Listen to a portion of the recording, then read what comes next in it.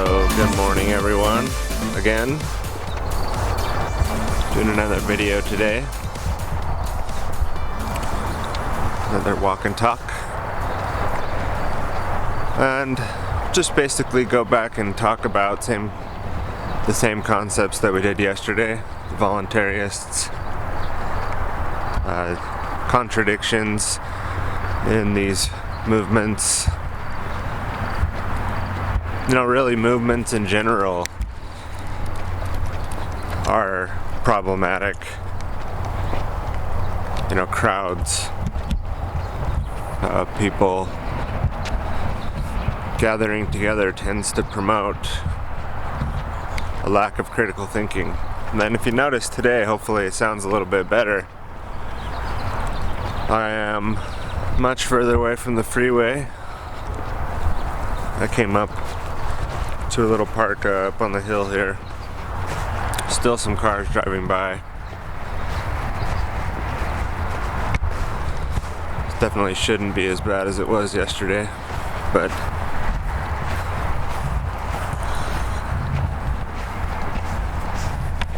you know,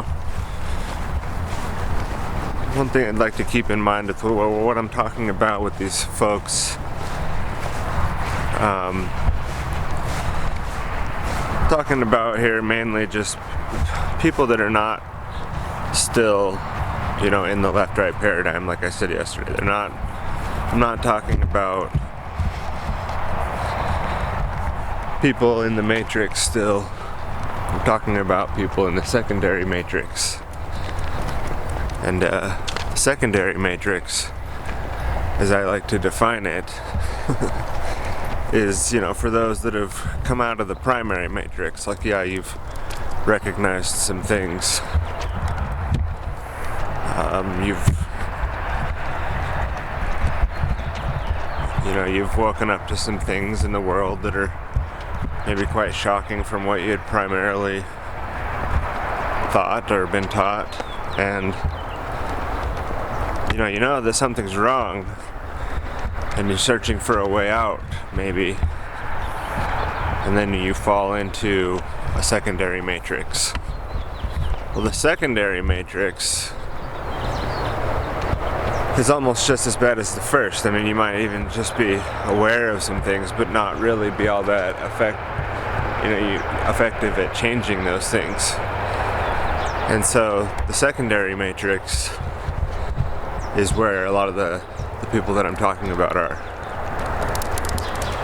And, you know, myself probably included. Probably, you know, almost everybody that's not in the primary matrix is in the secondary matrix. Well, in the secondary matrix, there's still pitfalls and many things that can go wrong with, you know, the logic and the principles and the foundation and the worldview and the way that you've based and ordered things. So, you know, one of those things being, and this happens in groups, like I said, so anytime you have a group of people, and let's try going out here a little bit. It's a little noisy with these cars driving by. This park I went to is apparently not as big as I thought it was. That's the thing about living in the city, is you run out of room real quick. There's quite a few places, it's just I need to, probably if I'm gonna do these videos, nosy! Alright, let's turn back this way. If I'm gonna do these videos, I'll need to get up earlier in the morning.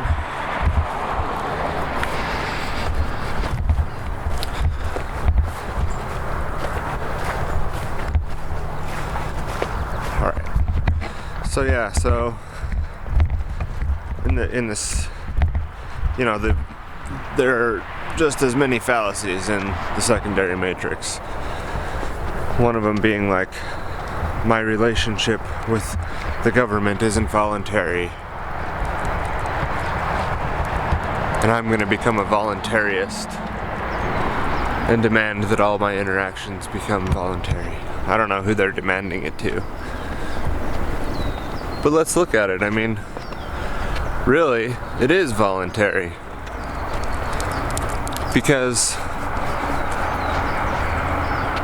and also to preface this is that I'm not necessarily for this argument one way or the other. I'm not trying to like put this out there as a question. I'm really trying to get others that might be kind of falling into these movement traps to question the movements, to question the groups that they're in, and themselves. Just look at themselves in the mirror, you know, because I found a lot of issues with a lot of the people that I interacted with in these groups, and it just needs to be addressed. I don't see many others addressing it, and when they do, they don't get any attention, and I'm not looking for attention. That's not what this is about either. It's not about attention or anything. Personally, I want to show people how one can change. They can be in one way of thinking and evolve through that and change. And so when I started to analyze these things, I found that there are actually several ways to revoke your citizenship if you wanted to. And you can expatriate, as they call it, and you can even leave the country, and all these things that, and sure, there'll be other governments and in other places, and you'll have to be subject to somebody if that's how you view the world, that you're a subject, a slave of governments, which most of us are. But anyway, so, well, in that case, it's under your control. And, you know, there are several ways to live that would be more in alignment with the voluntarist philosophy. But what I see is most of the people, almost all, can't really think of anyone that wasn't living in contradiction with what they were saying they wanted.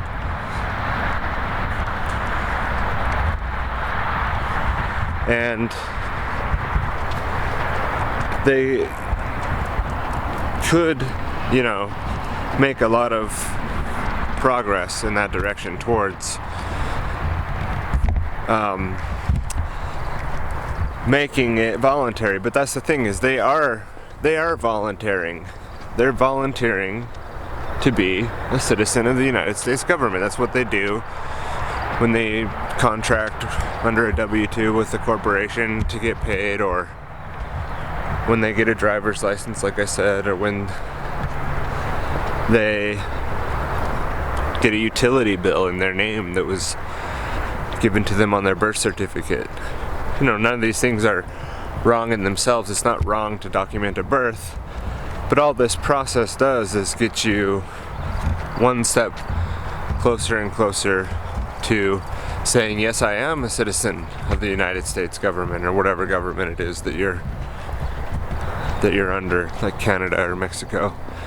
When you use their documentation, that's your voluntary agreement that you will comply to their laws, their man-made laws. They will now tell you what is right and wrong, and that's you volunteering for it. Doesn't mean that it's easy to get out of, and it doesn't mean that it's safe. And that's one of the main arguments I'd come up against with voluntarists is, oh, well, we're being held under duress. And because we're being held under duress, you know, we want it to be voluntary. It's just like this endless argument of, we want it to be voluntary because it's under duress. Well, there's no safety guarantee. It's not like the government says, well, you do what we say, and we're gonna come and make sure that you do it, but you'll always be safe, and it's a guarantee that no matter what happens, you'll be safe. Like, where is this coming from? Safety is not guaranteed.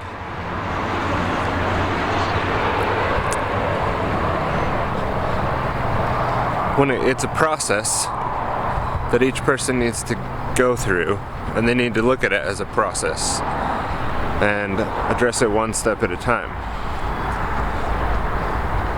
in whatever way they need to do it to move forward towards more prosperity and freedom, and how they perceive they need to do that. I'm not saying that it's relative. I'm just saying that everyone's at a different point, and they need to be honest with themselves about their situation, or they really won't be effective at changing anything. And what I really think that this all is it's like a big fictional game to get you sucked into it, like the whole legal fiction thing and the straw man, free man on the land, straw man, get rid of your straw man movement. And it's like, have a family, work to provide for them, protect them in the best way that you can, and through doing that you'll want to give them the most freedom as possible in a safe way that's not going to cause a lot of upheaval for you and others around you. And you have to work from there. It's going to be a long process. Nothing's going to happen overnight. And the things that do happen overnight end up causing a lot of pain and destruction and suffering for a lot of people. Oh damn, that dog scared me. But it's unnecessary, I mean, it really is unnecessary. Like in the French Revolution, there was probably a lot of unnecessary bloodshed that occurred that, So what I'm saying is that taking on the maximum amount of responsibility is the path towards freedom. And no one will ever tell you that. It's always about fighting this and fighting that, and you have to do this, you have to get involved in this and that, this movement and that movement, and vote here, vote for this guy, or all these other things that no one ever says that it's about responsibility. It's not it is about rights, but just whining about rights all day is not what's going to get anything done.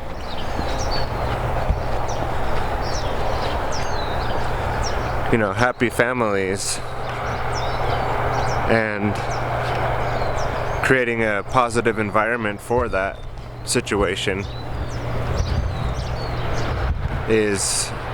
requires a lot of responsibility. It doesn't get done by the happiness principle, which is really what it seems like the modern libertarian, I don't even know what to call it, movement, party is all about. The basis is in the happiness principle and not responsibility. It's about do whatever makes you happy, Huxley's Brave New World, that whatever brings you the most pleasure is what is best. And even equating that to freedom, even in the United States Constitution, they replaced life, liberty, and property with life, liberty, and the pursuit of happiness, which I think was a corruption and a mistake, and it's too ambiguous, and it actually is not going to lead to any kind of freedom if people just chase whatever makes them happy. There could be a lot of things that are extremely degrading to society and actually make things a lot worse. And this is kind of the issue with the anarchists, is that what it devolves into, or even what it has to spring out of, is this kind of like back alley sex trade, like gross drugs, fucking whatever kind of illegal black market activity they can get away with in selling. And I really do think that agorism, if you're not familiar with the term, AGO, RISM, agorism, Samuel Konkin, a libertarian, you know, but trading outside of the eyes of the state at a time like it is now, when the state has gotten to the point that it has. And you know, when I say the state, I'll have to do some other videos on more of what I mean by that. It's a lot to go into in one little quick walk and talk around the park in the morning before I get my day started. But you know, the state is not just the government. The government is not just the state. Corporations aren't over here and the government's over here. There's a lot of gray, and there's a lot more corruption than people would be willing to imagine, and it doesn't work the way that people think that it does work at all. Nothing seems to. But you know, the government, when I talk about the government, it's really more or less just, it's almost more of a psychological condition of humanity and what they've manifested in the form of false senses of control and security that they feel is what's best for them and their families and society, that are really just constructed out of fear, out of manipulation, naivety, ignorance, apathy, cowardice. That's what, you know, our so-called society is built from, and that's sad, because human beings can do a lot better than that. And that's what I would like to figure out, is what we could do and how much better things could be. Because you look around and, again, if people are running from reality as fast as possible, and they're looking for whatever makes them happy. And that seems to be the driving factor of even the people in the secondary matrix and the voluntarists, and them wanting to always be safe, and just they seem to want something that they don't understand what they're saying. Because if you really investigate it, they have the power to create the conditions in their life that they say they want. Sorry about these dogs here. I'm sure it's probably pretty loud.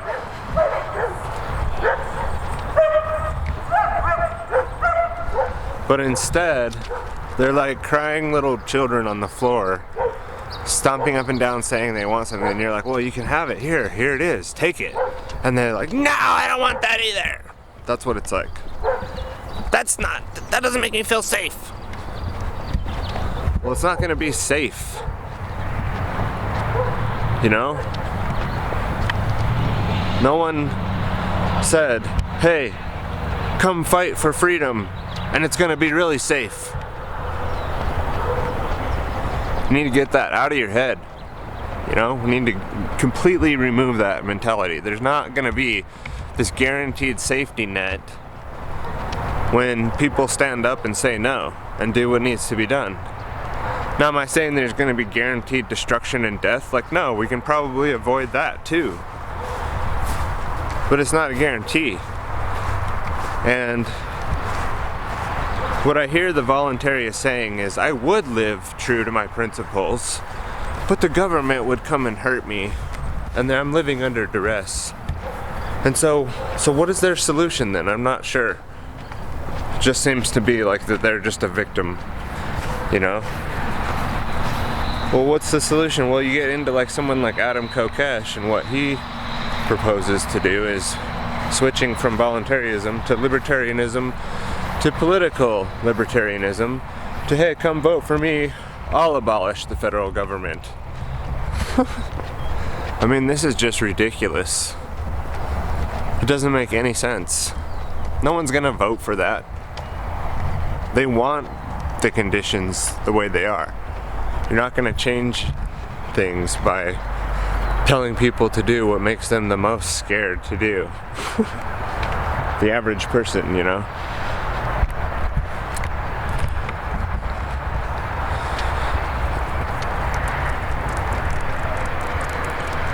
So, let's get a little Brought my coffee, might as well have some.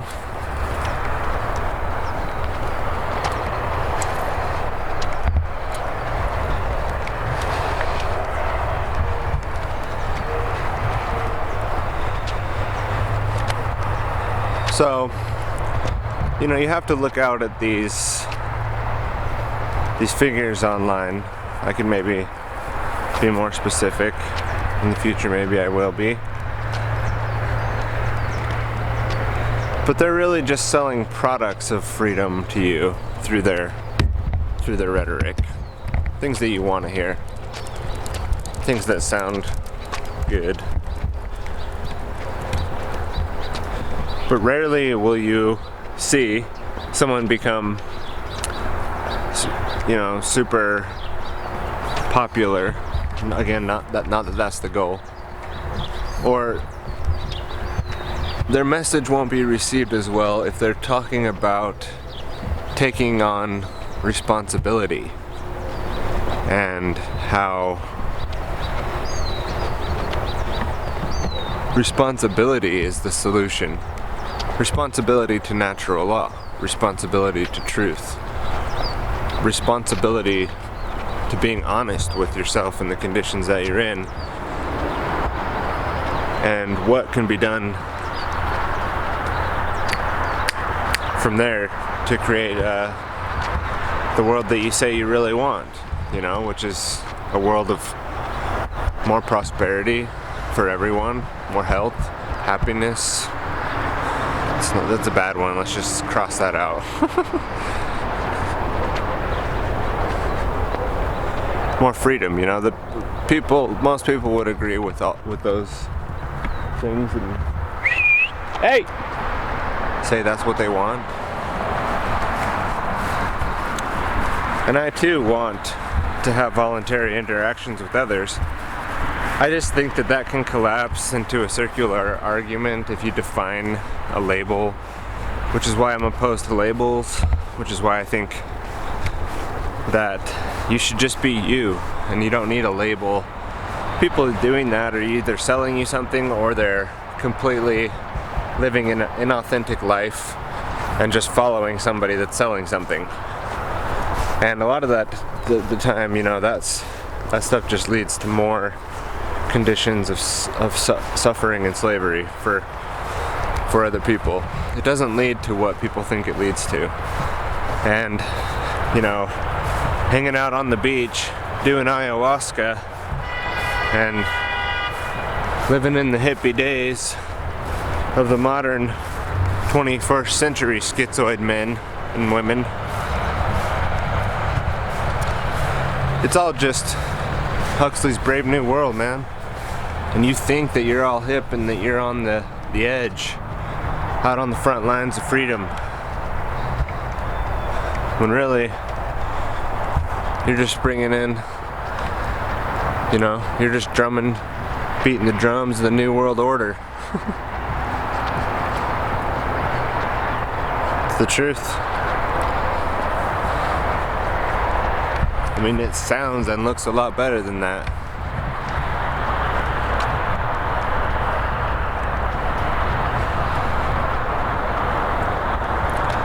But we'll go into more detail. We'll catch you later. I gotta go. Gotta get on with my day. Maybe tomorrow I'll try to find a place that's not by a freeway or right by a road. Let's see if we can pull that off, alright? Alright, thanks for watching everyone. I hope you have a wonderful day. Take care.